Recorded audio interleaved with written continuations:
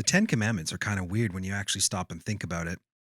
Moses hikes up a mountain, has a meeting with God, comes back with divine stone tablets, then sees a cow made of jewelry and smashes the laws of the universe like an iPhone screen.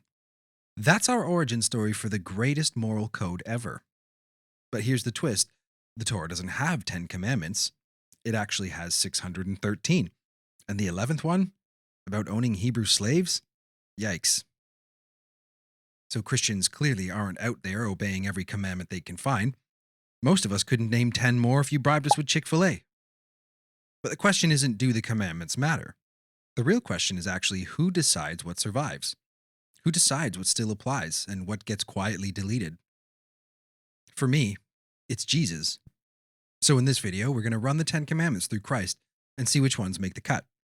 Number 1, you shall have no other gods before me. This one clearly passes through Jesus. Picture this: Satan shows Jesus all the kingdoms of the world and basically says, all this can be yours. And Jesus hits him with, you shall worship the Lord your God and serve him only. He confirms exclusive worship of God, full stop. But notice what's actually on the table here. He's offering power, kingdoms, glory, authority, control. So this commandment isn't about whether you've just got one God checked off on your doctrinal paperwork. Who do you actually serve? What do you bow to when pressure hits? What do you quietly compromise for when no one's watching? Jesus rejects the entire satanic bundle deal: worldly power, domination, and glory without obedience to the Father. So if your version of Christianity bows down to empire, money, status, or political control, you might be saying God with your mouth while worshiping something else with your life. Jesus confirms this commandment, but he refuses to leave it shallow. No other gods means total loyalty to the Father, not power or empire, not reputation or control, but God.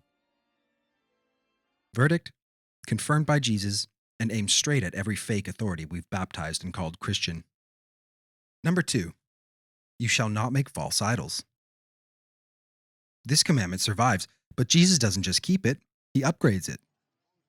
In the Old Testament, idolatry is easy to spot: golden calves, carved images, foreign gods with pagan altars.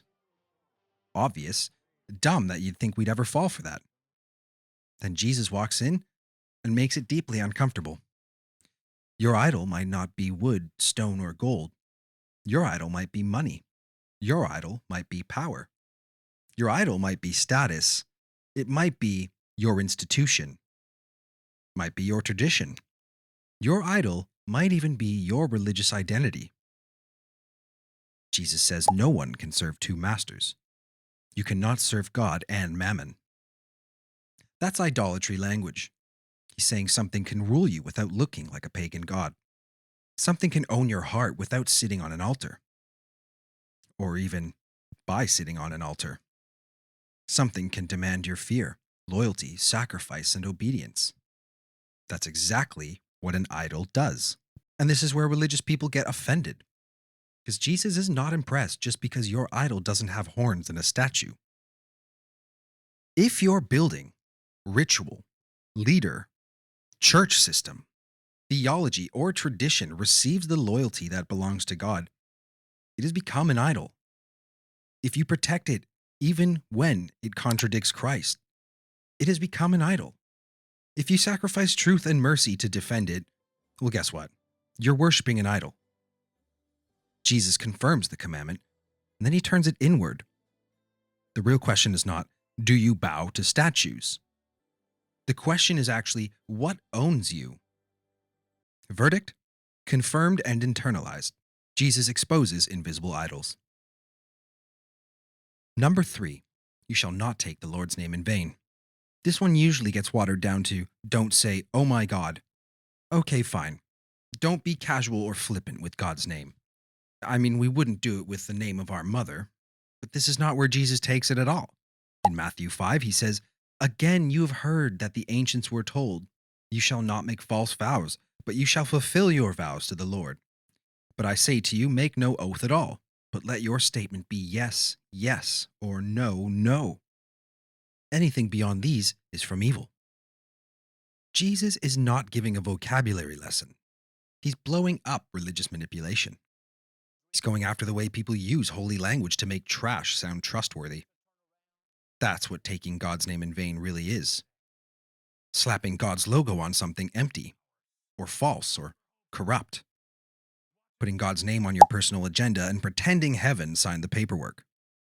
It's not just saying God too casually, it's using God as branding, God as leverage, God as a mask, God as a legal cover, God as emotional blackmail. If what you're saying is actually true, you shouldn't have to drag God into it like a celebrity endorsement. Let your yes be yes. Let your no be no. It's very clean and direct. And that's Jesus Christ. So when a preacher says, God told me just to control people, that's taking God's name in vain. When an institution hides greed, abuse, or corruption behind religious talk, that's taking God's name in vain. When someone dresses up their pride, power games, or lies in Bible verses, same thing. Jesus doesn't cancel the commandment, he takes it way deeper. He moves it from watch your mouth to stop using God to baptize your lies. Verdict: confirmed and upgraded. In Christ, this commandment becomes brutally honest speech, clean motives, and zero religious manipulation. Now, if that's what he does with taking God's name in vain, wait till you see what he does with the next commandment. Number 4, remember the Sabbath day to keep it holy. This is where the Ten Commandments stop being neat and fridge magnet friendly. Because if Jesus came to rubber stamp Moses exactly as Moses gave it, then Sabbath should be simple. But it actually isn't. Jesus keeps picking fights on the Sabbath. His disciples are out there plucking grain on the Sabbath. He's healing people on the Sabbath. He literally tells a guy, pick up your mat and walk on the Sabbath. And when religious professionals lose their minds, Jesus doesn't apologize. He doesn't say, you're right, I should have respected the sacred system. He drags the system into the light. In Mark 2, Jesus says the Sabbath was made for man and not man for the Sabbath. That one line nukes Sabbath legalism. The Sabbath was never meant to boss people around. It was never meant to be a prison. It was never meant to be a religious weapon. And it was never meant to shut down mercy. But then in John 5, Jesus heals a man on the Sabbath and tells him, get up, pick up your pallet and walk. That little detail, picking up and carrying his mat, is exactly what sets off the outrage, believe it or not. Jesus doesn't just heal on the Sabbath, he makes the man do the one thing that exposes the system. And then he says, my Father is working until now, and I myself am working. Which is huge. Jesus puts the Father's work above Sabbath restrictions. He's not treating Sabbath as the top of the food chain. He's not treating it as untouchable. He's showing that mercy, healing, life, and the Father's work outrank Sabbath law. And he does the same thing with circumcision. He points out that they're totally fine circumcising a man on the Sabbath. But somehow it's a crime when he makes a whole man well on the Sabbath. Translation: you already bend the rules when it suits your system. But when mercy needs an exception, suddenly everyone's a legal expert. Jesus calls this bluff. So does Sabbath make it through Jesus? Not as legal control, not as a religious weapon, not as a flat Mosaic rule sitting higher than mercy. What survives is rest, mercy, healing, restoration, freedom, the Father's work. Jesus doesn't polish Sabbath legalism. He blows it wide open. Verdict: corrected by Jesus, Sabbath legalism does not survive Christ. Mercy does. Number 5, honor your father and mother. Jesus absolutely backs this commandment. In Matthew 15, he goes after religious leaders who invented pious-sounding loopholes so they don't have to look after their parents. Classic move. We're super spiritual, so we can't help with mom and dad. Jesus quotes, God said, honor your mother and father, but you say. That but you say is Jesus turning the table. He pits God's commandment against religious excuses and lets the excuses burn. So yes, honoring your father and mother is still very much alive. But before we turn this into a family worship cult, Jesus does not make family into God. He does not preach blind loyalty to the bloodline. He doesn't say parents outrank truth. He doesn't say family reputation matters more than obedience to God. In fact, he says, "He who loves father or mother more than me is not worthy of me." So, yes, honor your parents, care for them. Stop hiding selfishness behind religious language. Stop acting holy while ignoring basic responsibility. But family is not ultimate. Parents are not God. Blood does not outrank Christ. Honor stays, but worship of the family goes. Jesus confirms the command but plants it firmly under a higher loyalty, the kingdom of heaven. Number 6, you shall not murder. I mean, this one clearly survives. But Jesus just doesn't let it stay at the level of, well, I never killed anyone.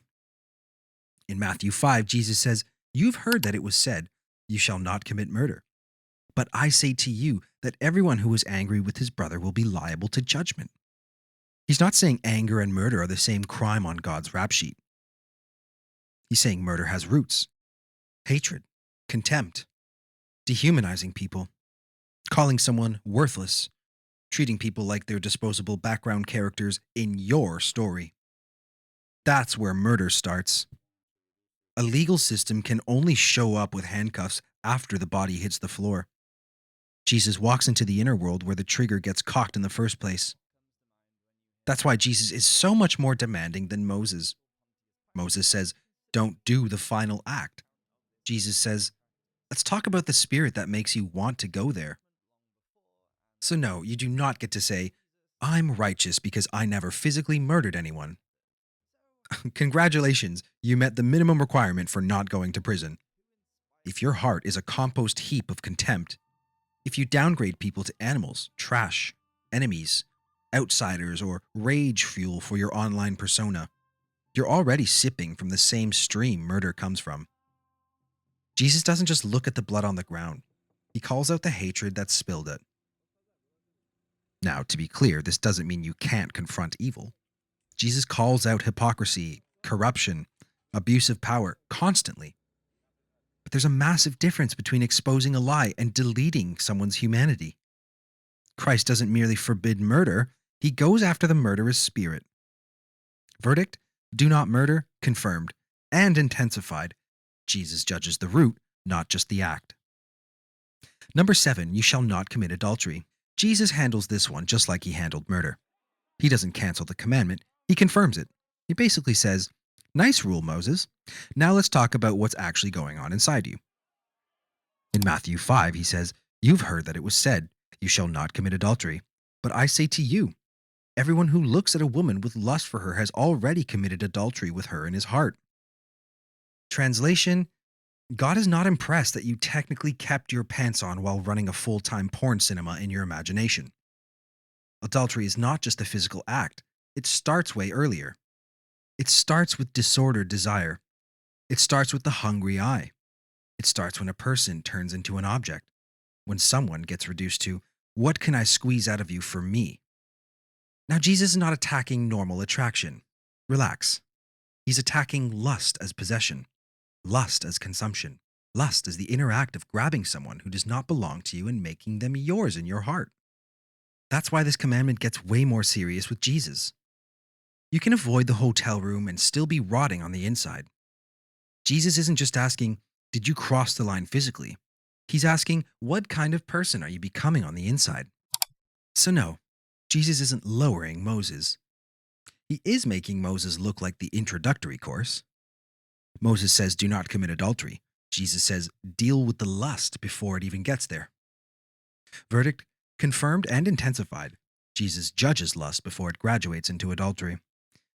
And if that makes you uncomfortable, good. That means you're still alive. Number 8, you shall not steal. Jesus actually backs this commandment up, straight out.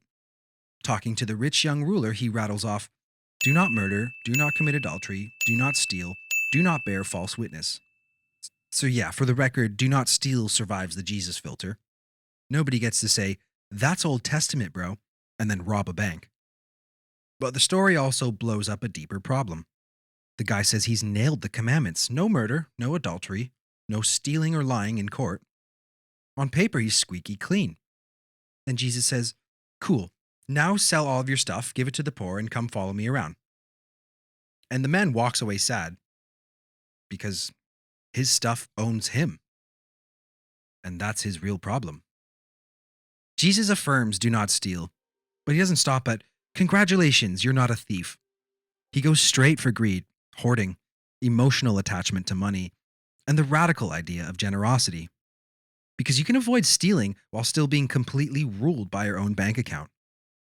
You can say, "I earned this," while you step over the poor. You can brag, "I never robbed anyone," while you live with your hand permanently closed. Technically innocent, spiritually enslaved. And Christ is not impressed with your technical innocence if your possessions still own your soul. So, yes, do not steal. But here's the uncomfortable question: are you generous? Are you actually free? Do your possessions serve love? Or are you just baptizing your greed and calling it wisdom? Verdict: confirmed by Jesus, then upgraded to a brutal call to generosity and freedom from your obsession with wealth. Number 9, you shall not bear false witness. Jesus absolutely confirms this commandment. But, surprise, he refuses to leave it small and technical. The original command is about false testimony. Don't lie about your neighbor. Don't twist justice. Don't weaponize your words to hurt someone. Jesus says yes, that still stands. Then he blows it wide open. He turns the truth from a courtroom rule into a lifestyle. Let your yes be yes and your no be no. And all through the Gospels, he goes after hypocrisy like it owes him money. Why? Because hypocrisy is false witness in religious cosplay. It smiles holy while it rots inside. It says to the world, "This is what God is like," while behaving like God retired and handed the job to your ego. That's why religious hypocrisy is not a minor flaw. It's slander against God. If you claim to represent God while hiding pride, greed, abuse, violence, or even manipulation, you're not just lying about yourself, you're lying about God. Jesus is not interested in "don't lie on the stand and you're fine." He's saying, become the kind of person who tells the truth, even when it costs you. No fake righteousness, no hidden corruption, no church acting, no polished public halo with private decay. Verdict on this commandment: confirmed and detonated into whole life integrity. And if that feels uncomfortably close to home, good. That's where real change usually starts. Number 10, you shall not covet. This one is way deeper than people think. Coveting is not just seeing something nice and thinking, "Oh, that's cute, I'd like one." No, coveting is desire that's gone off the rails. It's wanting what belongs to someone else. It's comparison. It's envy. It's resentment and greed and possession all wrapped into one. It's that inner voice that says, "I need what they have, and I can't be okay until I get it." And this one commandment is hiding underneath half the others. You steal because you covet. You commit adultery because you covet. You lie because you covet reputation. You serve money because you covet security and power. You build religious empires because you covet control. Jesus doesn't always pull out that exact quote, "You shall not covet," but he's constantly going after the spirit of coveting. He says, beware and be on your guard against every form of greed. He says not to store up treasure on earth. He says you cannot serve God and money. He says where your treasure is, your heart will also be. He says to seek first the kingdom. So yes, this commandment survives. But Jesus does not treat coveting like a little private thought you politely ignore. He treats it like a spiritual disease. Because when you're coveting, your heart is not at rest in the Father. It wants to possess, compare, compete, and control. Jesus' answer is simple and offensive to our greed. It's trust. Seek first the kingdom. Let God be enough. Verdict: confirmed in spirit and turned into an all-out war against greed, envy, and possession. So what actually survives when we run the 10 Commandments through Jesus? Not Sunday school Jesus, but the real one who keeps upsetting religious people. First, we do not get a flat legal code from Moses 2.0. Jesus does not smile politely and hand us the same stone tablets. He drags the commandments into the light of the Father and starts sorting. Some survive as is. Some get sharpened until they cut. Some get exposed as incomplete. No other gods becomes absolute loyalty to the Father. Idolatry? He turns it inward. Money, control, religious status. Sabbath? Well, legalism gets roasted there. Mercy and rest survive. Murder becomes hatred and contempt. Adultery becomes lust and objectification. Stealing becomes greed instead of generosity. False witness becomes a whole life commitment to truth. Coveting becomes freedom from envy and disordered desire. So, no, Christians don't follow commandments because Moses carved them nicely on rocks. That's not the standard. Christ is the standard. We keep what Christ confirms. We reject what Christ corrects. We deepen what Christ deepens. And we test everything by God revealed in Jesus. That's why the Ten Commandments don't all limp through Jesus in the same condition. Some are confirmed, some are intensified, some are exposed as partial at best. But none of them outrank Jesus. Jesus is not under Moses. Moses is not under Jesus. In the end, the only commandments that survive are the ones that can walk straight through Jesus without contradicting him. If your version of the Ten Commandments can't make it through Christ and still look like Christ, maybe the problem isn't Jesus. Maybe it's the stone tablets you're clinging to.